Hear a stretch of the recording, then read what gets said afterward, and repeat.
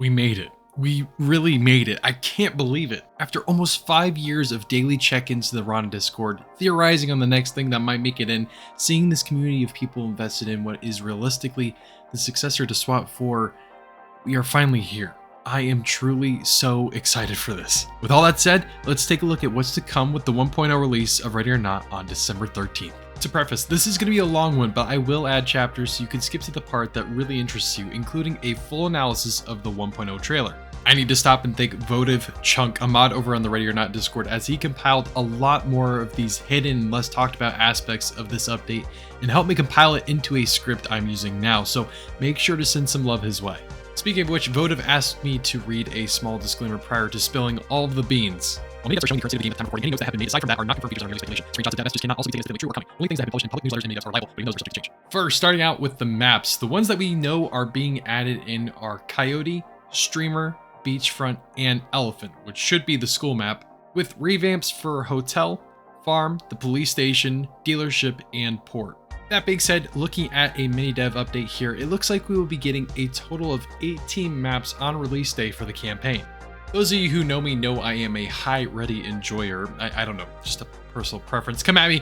And through this mini dev, we can see that the pistol is being held at the high ready. So we will likely be able to select between high and low ready through the menus in game. Death animations are getting a revamp as well. The devs have changed the death animations to be easily interruptible. So if the AI interacts with the environment, it will break the animation, keeping that immersion alive. They have also teased the new gore system in which heads and limbs will be easily no longer thereable. Now, this has just been teased lightly, so we don't really know much about it, other than the fact that gore will be implemented in the 1.0 version of Ready or Not. The devs have mentioned that there has been a huge revamp for the SWAT and Suspect AI. This is being referred to as the SADL, or the SWAT AI devlog, or the Suspect AI devlog, which should be coming in the future, probably around the 1.0 release date, to give a lot more information as to how the Suspect and SWAT AI are working behind the scenes. Another small thing to mention here, it was confirmed that unfortunately we will not be able to order AI through our helmet cams. This was a feature that was implemented into SWAT 4 and actually had a pretty good amount of usage, but it doesn't seem like that's going to be the case for Ready or Not, at least for a little while. There's a whole host of new voice acting coming to the 1.0 drop, and includes some industry-known actors such as Eileen Anglin, who is featured in titles such as Dying Light 2, Ghost Runner, and The Mortuary Assistant. There are a ton of other well-known voice actors listed in the IMDb page, and give us a look into all the different characters that are going to be featured in-game. Voice lines for our SWAT team will be getting the biggest portion of the pie, as there are 12 to 14 voices total, with over 13 to 14,000 lines of dialogue.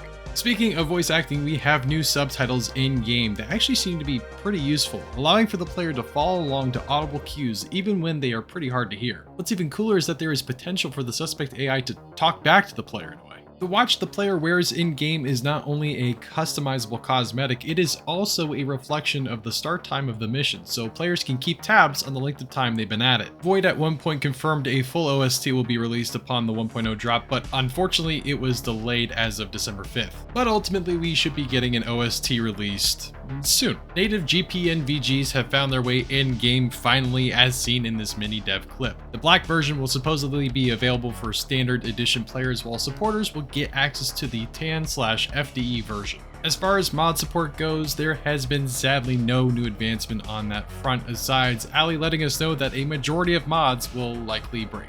My suggestion is just to run 1.0 vanilla for a while until modders can patch their creations, and also pray to God that Void someday implements the Steam Workshop. We have a ton of new weapons to look at, with a few revamps thrown in there, so here's a quick list for you. The Kimber TLE 1911, the Benelli Supernova Shotgun, the Lithgow Arms F90, the LVR, which is based off its IRL counterpart, the SIG LVAW, the SIG MCX, the UMP9, a new TP-LP Pepperball launcher, the Force on Force Glock 19, and a Force on Force Mark 18, both of which are likely going to be used in the police department for training, aka the PvP area.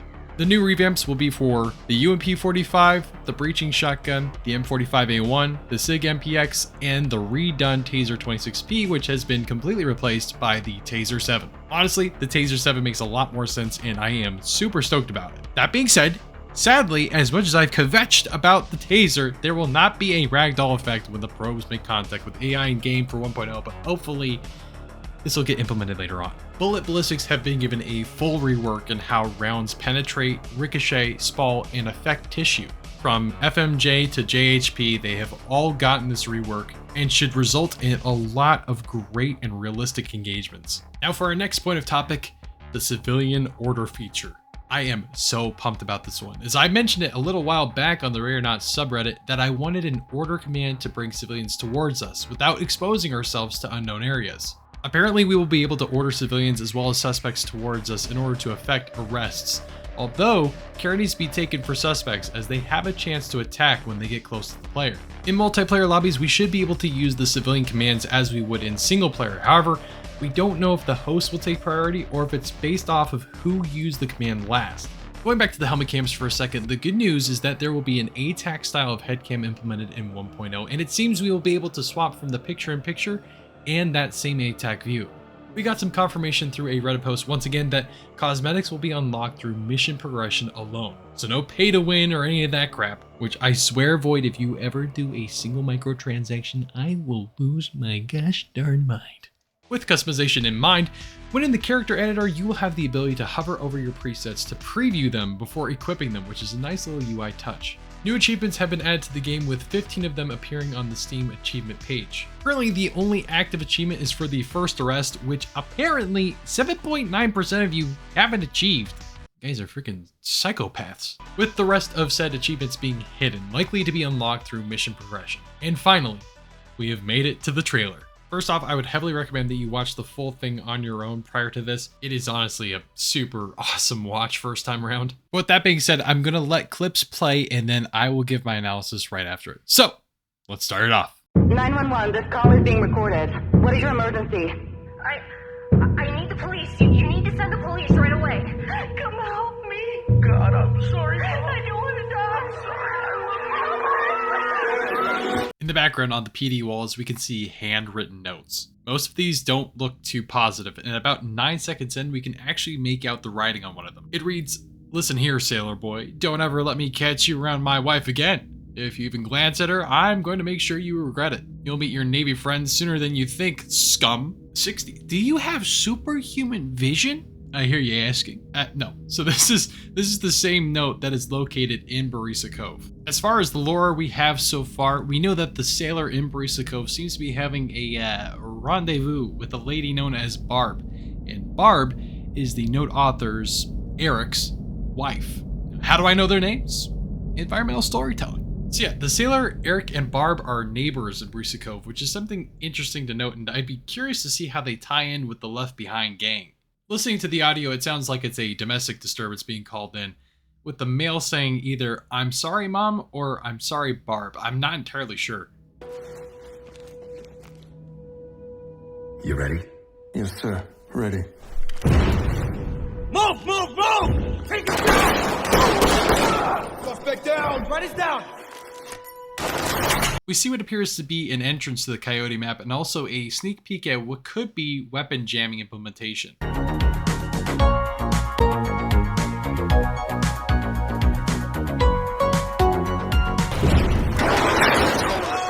I got it!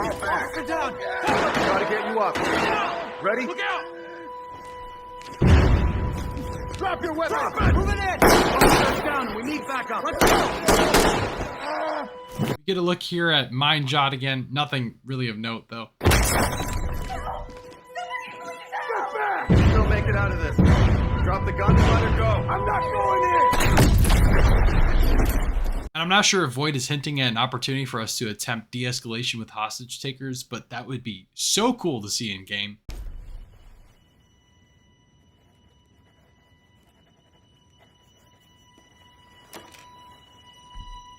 So, are you ready?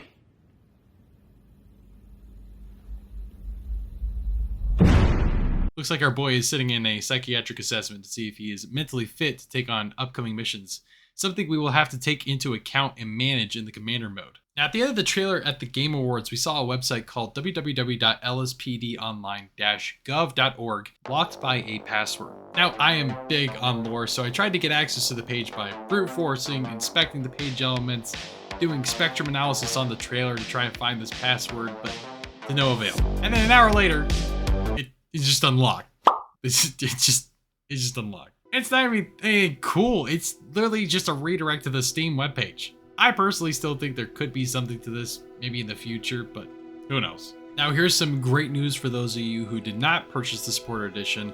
Over on Discord, Ali shared that there is going to be no supporter-only playtesting, and 1.0 will be a direct release to both supporter and normal versions of Ready or Not. Holy cow, guys. I'm not even sure what else to say. There's so much new stuff here, so many things to explore. I'm so pumped, man. If we're being honest, this channel was solely built off of Ready or Not and its community. So once again, I have to give a huge and heartfelt thank you to Void and to you, the viewer. It's been an awesome journey so far, and I'm excited to see where else we'll go. Anyways, thank you all so much for watching. I really do appreciate it. And as always, remember our sole objectives. Stop the killing, stop the dying. I'll see y'all later.